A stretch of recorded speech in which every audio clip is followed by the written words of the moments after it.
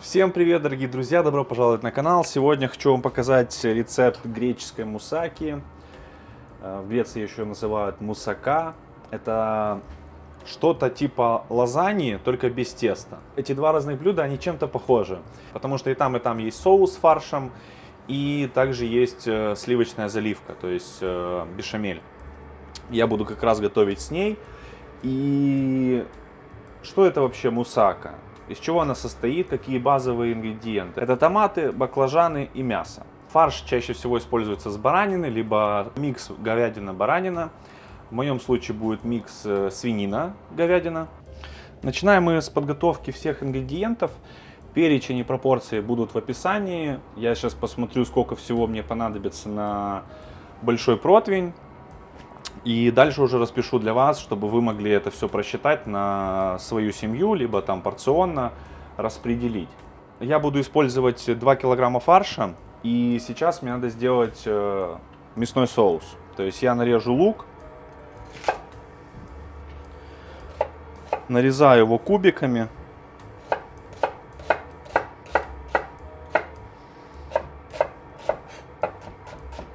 Такие крупные кубики получатся.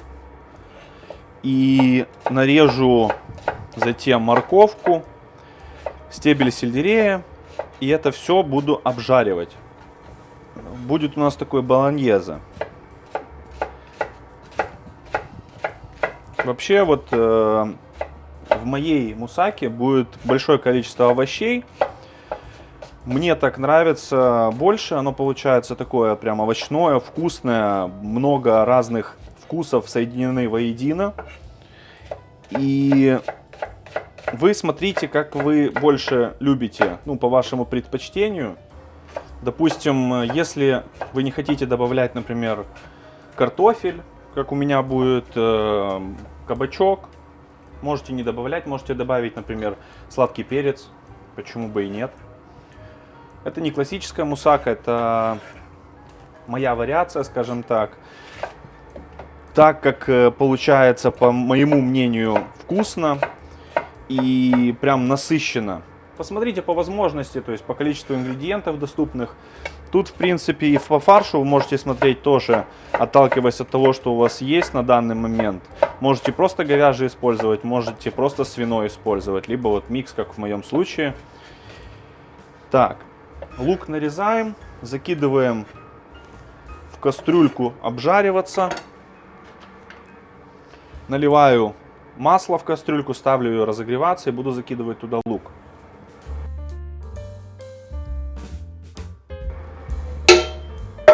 Так. И тем временем можно будет...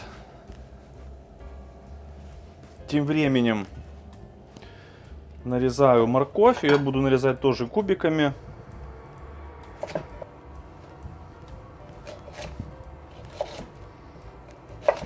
Тут по нарезке можете даже не стараться, чтобы все кубики были одинаковые. Это все растушится. Оно все будет мягкое. Поэтому тут не заморачивайтесь. Мы готовим сейчас простое блюдо. Это будет вкусная, мясная, овощная запеканка. Поэтому тут как я люблю, без заморочек. Себе нарезали. То есть, кому понравился рецепт, повторяйте на здоровье. Добавляйте свои ингредиенты. Делайте свои вариации. Теперь стебель сельдерея нарезаю. Все сухие части я срежу. И дальше так же само примерно вот такими кубиками.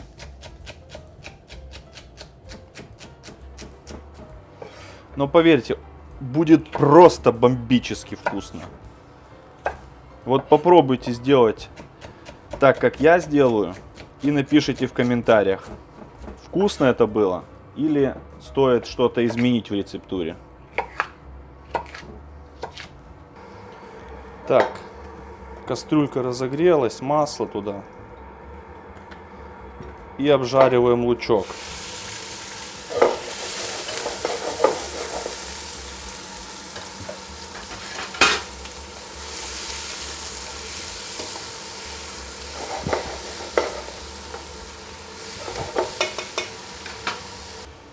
Дорезаю сельдерей.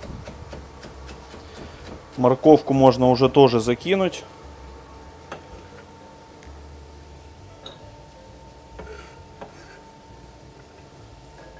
Пусть она обжаривается.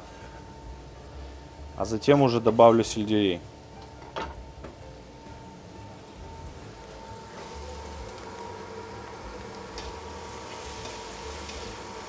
Лук уже начинает румяниться хорошенько, так как кастрюлька разогрелась. Все отлично.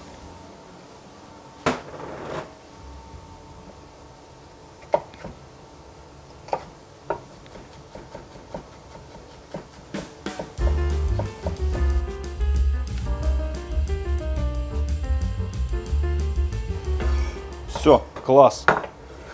Сельдерей закидываем обратно в тарелочку, относим и проверяем. Процесс жарки идет. Нам надо довести все до румяного цвета. Теперь переходим к оставшимся овощам. Будем подготавливать сейчас кабачок, баклажан и картофель. По сути, самое долгое это готовится мясо. То есть это все надо протушить хорошенько и довести полностью до вкуса, до готовности. А остальное уже как-то так второстепенно, то есть пока готовится одно, вы подготавливаете себе все остальное. Тут где-то, я думаю, часа пол займет полноценная подготовка. И затем мы это все соберем воедино и будем выпекать где-то минут 30-40, чтобы она полностью прогрелась и все было вкусно. В принципе, вот люблю готовить запеканки, потому что они тебе позволяют сделать большое количество процессов, сделать себе заготовки, потом это все воедино смешать и просто допечь на назначенное тебе там время на ужина, например, да. То есть это очень удобно. Баклажаны я чищу от шкурки для того, чтобы она не горчила, не было вот этой вот твердой шкурки, чтобы баклажан был мягкий, такой как пюре, как паста. Потому что когда он обжаривается, шкурка все равно остается твердой, а сам баклажан такой мягкий, нежный. Так, добавляю сельдерей. Лук, морковка уже обжарились.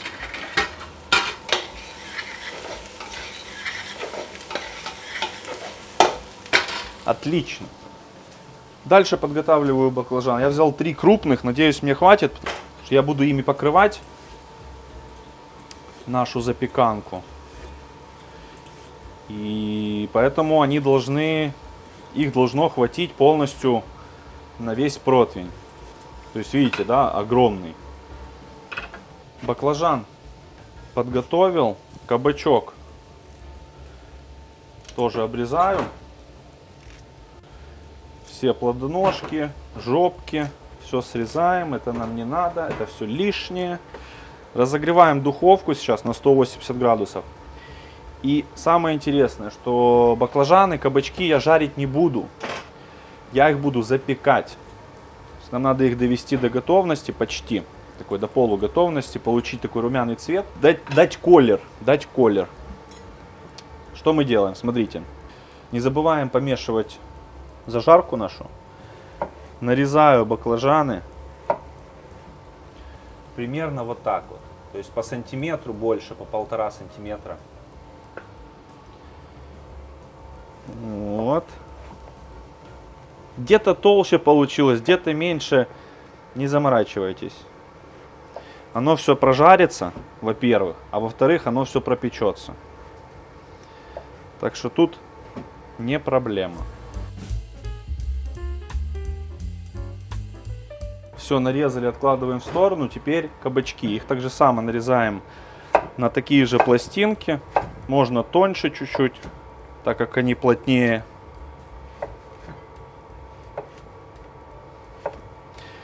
Можно нарезать это все колечками.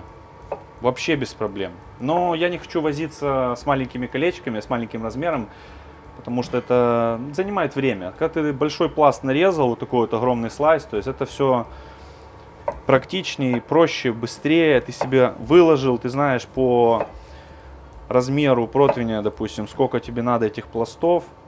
Тебе всего хватает, и ты не стоишь и не мудохаешься, знаете, как там, допустим, с рататуем. Выкладываешь этот вот кружочек к кружочку, колечко к колечку. То есть мы без этого, мы за простоту.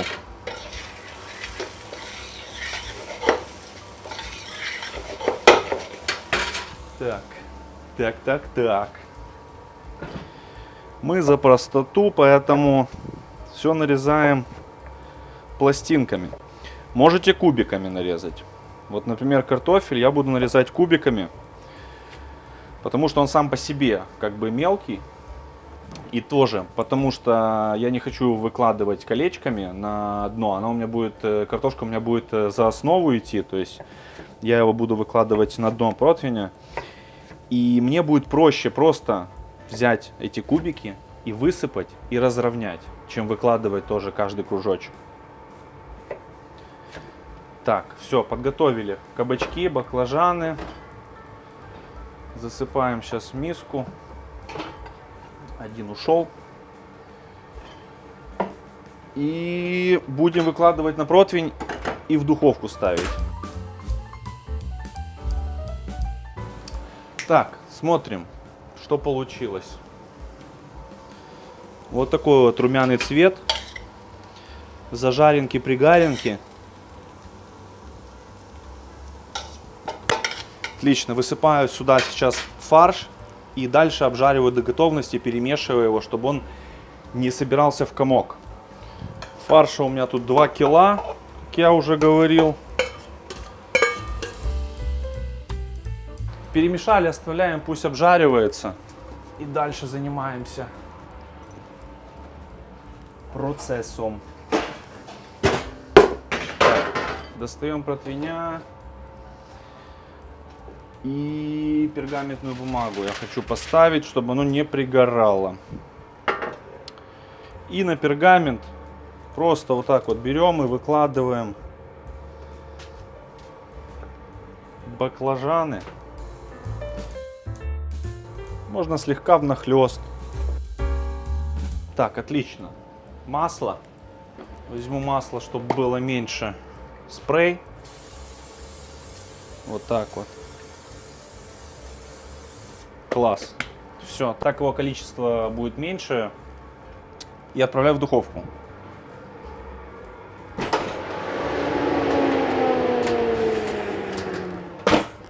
180 градусов до румяного цвета. Кабачки так же само. Сюда бац. Пергамент поставили. Слайсы взяли. Все. Выложили. Да, отлично. То есть 4 кабачка, 3 больших баклажана будет просто вполне достаточно для этого блюда. Также сбрызгиваем маслом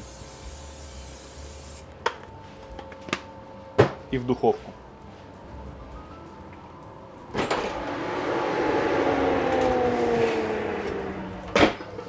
Если духовка слабая, поставьте на 200 градусов, чтобы оно хорошенько все прожарилось. 15-20 минут это может занять. Так, фаршик отлично. Также надо получить от фарша румяный цвет. Румяный цвет, потому что поджаренки дают плюс 100 ко вкусу. Это будет 100 раз лучше, чем просто какой-то тушеный или вареный фарш, согласитесь. Когда он такой с хрустинкой, с пригаренкой, такой с поджаристостью, с корочкой. Это ж бомбически, просто. Unbelievable.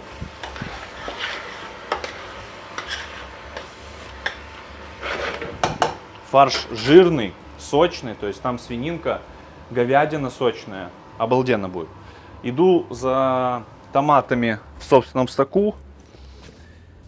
Это прям must have. Вот они, томаты пилати. Томаты в собственном соку.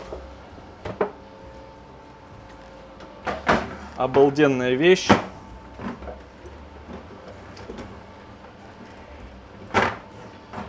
Очень часто использую. Очень много где. Вот смотрите, ну красота же. Пахнет просто безумно. Сочные, вкусные, яркий вкус томата. Обалденная вещь. Использую очень часто, повторюсь. Ну что, теперь мы переходим к самому интересному, к картофелю. Мне понадобится вот таких вот 8 штук.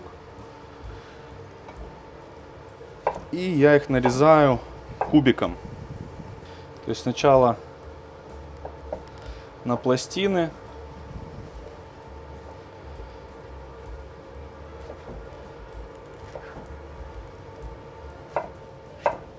И затем вот так. Вот такие вот кубики получаются. Так я делаю со всей картошкой. И затем буду ставить ее вариться до полуготовности. Чтобы она не рассыпалась. Она должна быть цельная. Потому что она все равно потом будет запекаться.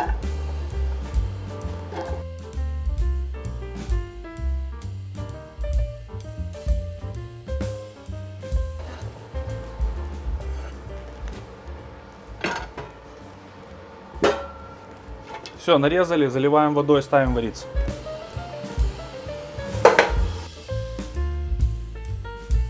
Теперь, пока все жарится, парится, я буду готовить соус бешамель. Запомните элементарные пропорции. 100 грамм сливочного масла, 100 грамм муки, литр молока. Вообще элементарно, очень просто запомнить. Топим сливочное масло, не жарим, а топим. О, смотрите, какая красота. Смотрите. Обжаривается просто до румяной корочки. Запах тут стоит просто отвал башки. Так, растопим сливочное масло, затем будем обжаривать на нем муку. Муку будем обжаривать до такого коричневого цвета. И постепенно вводить молоко. Важно, чтобы оно было не холодное, комнатной температуры, чтобы не был такой большой перепад температуры. Все, ждем. Не забываем помешивать.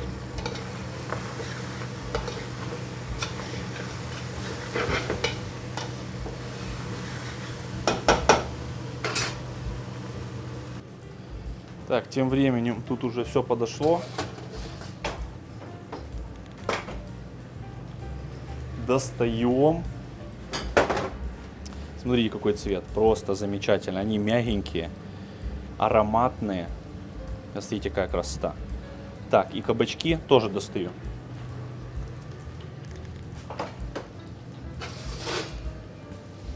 Красота неописуемая. Пока откладываю, перехожу к маслу. Так, масло пока топится. Это жарится.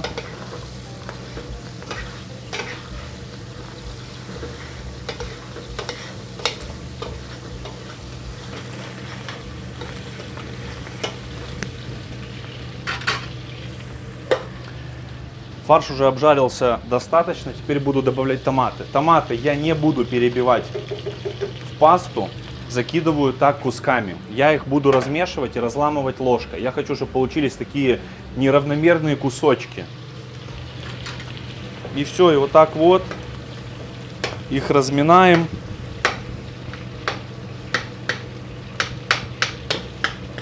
И вмешиваем.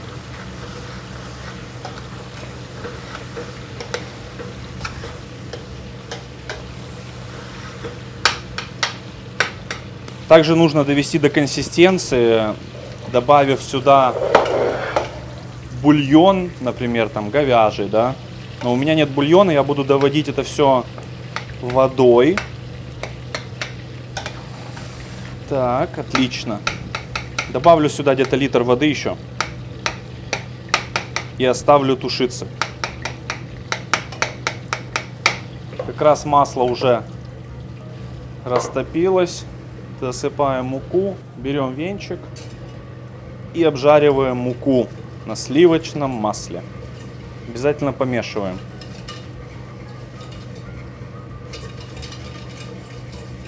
Тут смотрите за температурой, она не должна быть слишком высокой, чтобы оно не горело, потому что, видите, то есть оно прилипает ко дну, и вот эти вот кусочки, они могут очень хорошо сгореть. Поэтому это все надо регулировать.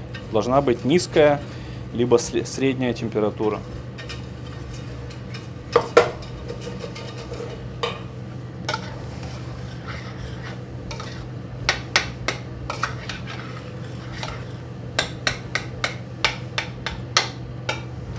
Так, что там у нас картошечка?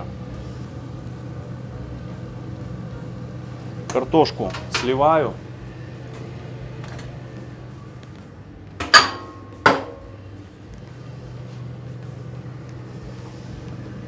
Вот так вот.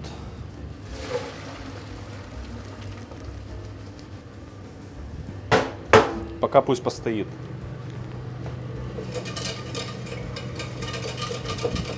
Вот, видим, да, появляется такой коричневый оттенок. Еще чуть-чуть.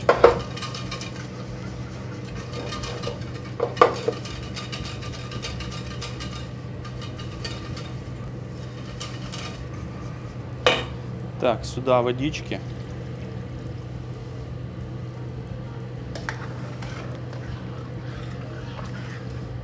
Так, как раз. Как раз. Ставлю опять на большую температуру и пусть варится. Здесь обязательно помешиваем. Так, отлично, получился такой коричневый цвет. Теперь постепенно ввожу молоко, помешивая обязательно.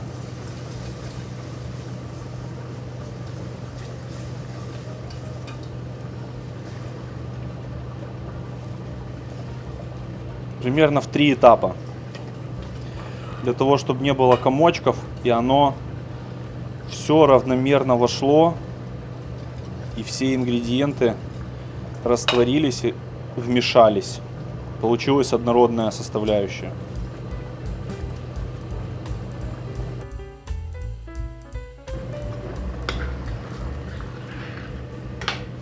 На этом этапе непрерывно помешиваем, потому что может пригореть и будет горький привкус. Помешиваем до загустения, либо вот как булькнуло, сразу снимаем. Как только закипит, сразу снимаем. Уже можете быть уверены, что оно готово.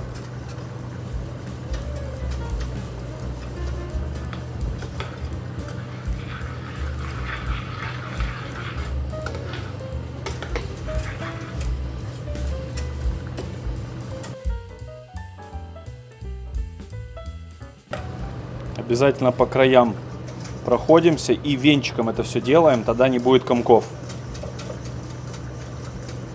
Все, смотрите, уже почти готово. Видим, да? Вот такая консистенция уже как раз. Я вам серьезно говорю, это идеальная пропорция, которую тяжело забыть, перепутать и так далее. Но я вам покажу еще, как его можно максимально улучшить.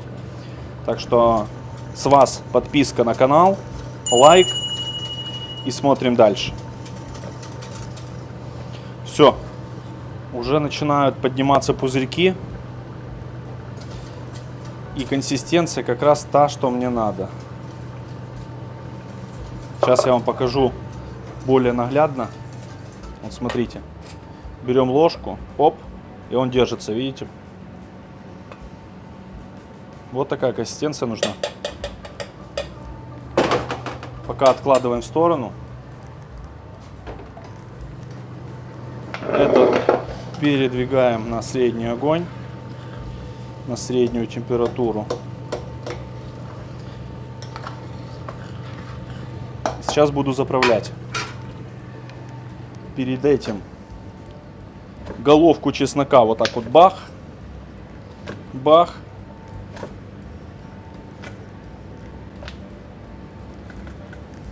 Можете порезать, можете перебить в блендере, можете вот так раздавить его. Вот так вот неаккуратно его порубили.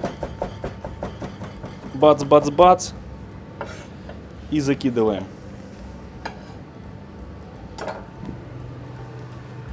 Вот сюда.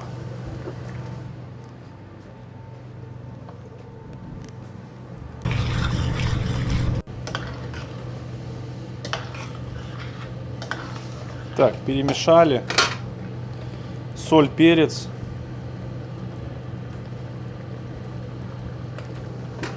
Орегано, столовую ложку.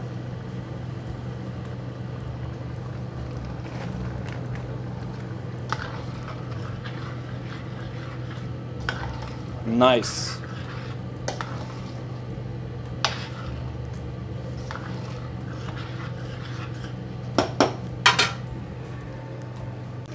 А теперь, что же мы делаем с соусом бешамель? 3 желтка туда. Есть. Так, 3 столовые ложки пармезана. Перемешали.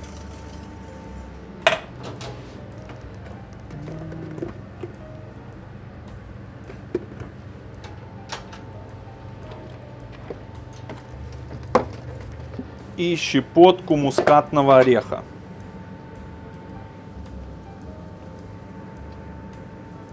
Небольшую.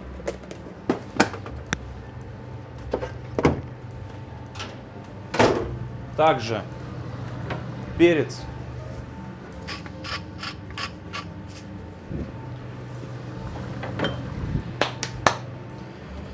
И перемешиваем. Это самый бомбезный рецепт соуса бешамель. Соленость от пармезана, сливочность от молока, желтки, мускатный орех. Посмотрите, просто невероятно.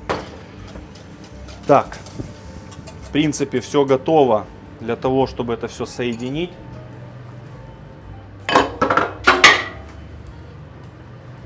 Я беру картошку, высыпаю картошку на противень.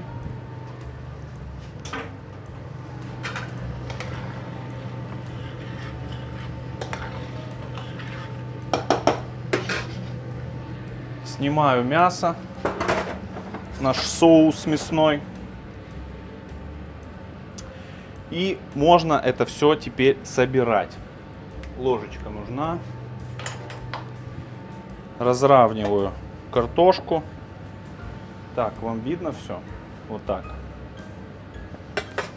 Картоху разровняли.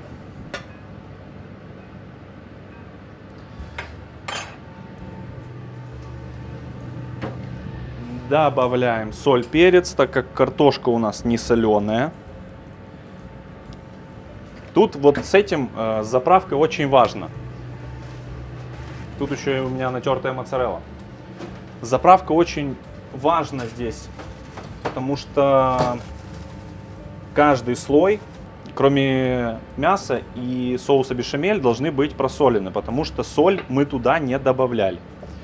И соус мясной, так же само, как и сливочный, мы сильно не солили. То есть, чтобы он не был сильно пересолен, он вот доведен четко до вкуса. Поэтому каждый слой обязательно надо просолить. Это важно. Теперь мы выливаем вот так вот мясо.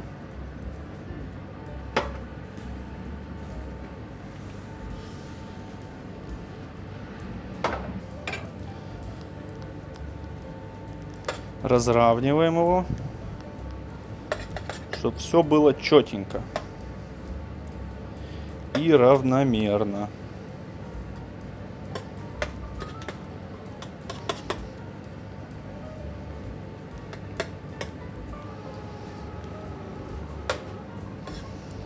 Теперь сюда сыр.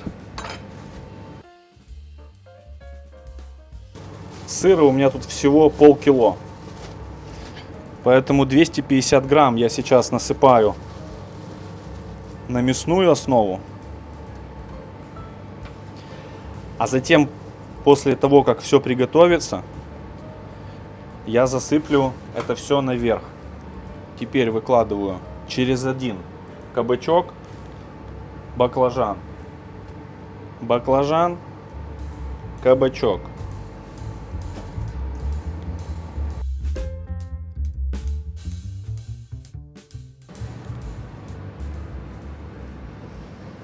Так, отлично. Вот, получается, то есть положил внахлёст, так плотненько перекрыл все стыки. Там осталось буквально вот тут 2 штучки. И тут еще пару штучек, но это уже так шкурка. Так что теперь соль.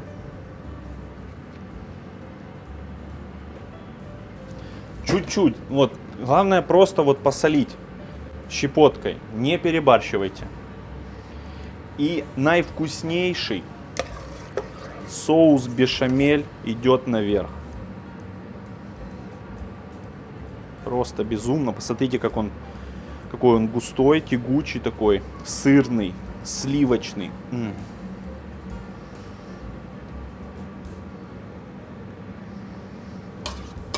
Вот прям в аккурат.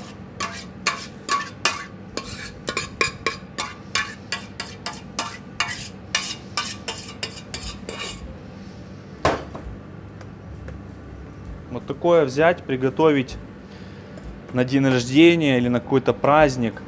Все будут просто в восторге. Умолять вас дать рецепт. Потому что, это действительно, это очень вкусно. Посмотрите, какое сочетание вкусов, какие ингредиенты здесь используются. То есть это безумно. Теперь на 180 градусов 35-40 минут надо смотреть, чтобы соус подрумянился, то есть получилась такая румяная корочка, и он весь бурлил. То есть весь соус фарша поднялся, это все подогрелось, подрумянилось, и можно доставать. 30-40 минут, то есть смотрите по духовке.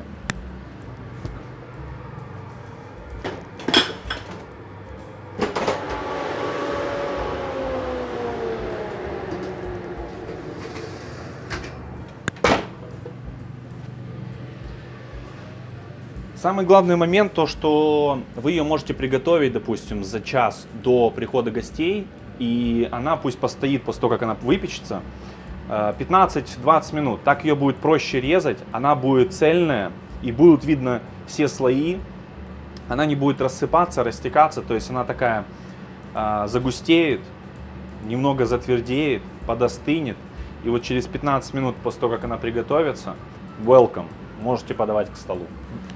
Будет готово, заправлю сыром и покажу, что получилось. Посмотрите, это просто прелесть.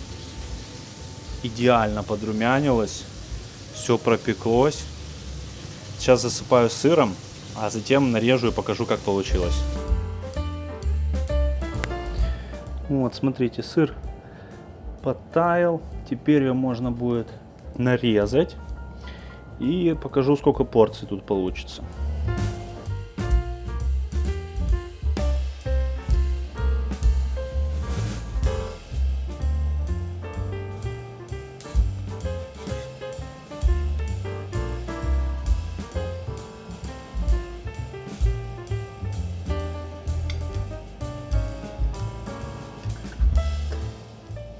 Смотрите, вот такая вот красота получается.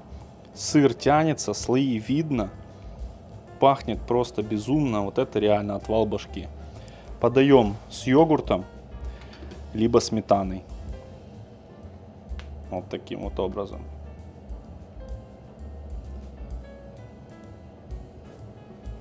И все. Приятного аппетита, друзья. Ну что, друзья, попробуем.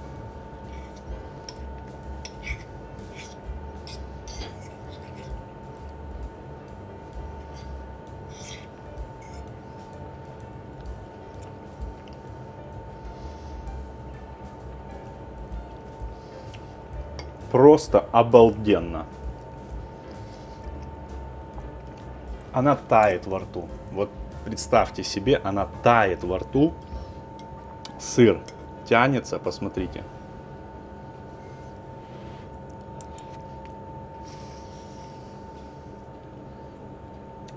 Это безумно вкусно. Просто безумно вкусно. Посмотрите на эту красоту.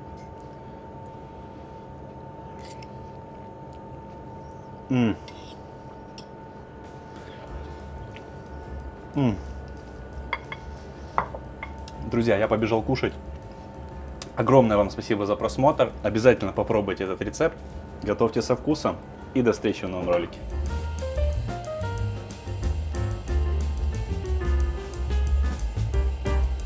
Мусака. А в Греции она называется мусака. Ничего себе, а это вкусно? Это восхитительно. Это просто невероятно. Побаловать свои Это для... Да. Именно для этого. Очень вкусно. Можешь блогерам сказать, что люди оценили. На здоровье. Вкусно. Ну, вкус как картофельная запеканка, но очень вкусно. Как ты назвал? Мусака. По крайней мере, не жирно. Да? Нет, слушай, Овощи я не жарил, я их запекал. И А там потом картошка, да? Да. Картошка прям еще не было, да? Да. Цукини, вкусно, очень вкусно. Знаешь, что не хватило? Это Петрушечки, Тебе. зеленушечки свеженькие, прям наш. очень вкусно. На здоровье. Я даже 2 подхода сделал. На здоровье. Причем, что интересно, точно как лазанья, только овощная. Ну да. Поэтому кто хочет похудеть, побольше сыра и сметану по 30%. Я худеть не собираюсь, но 2 подхода сделал.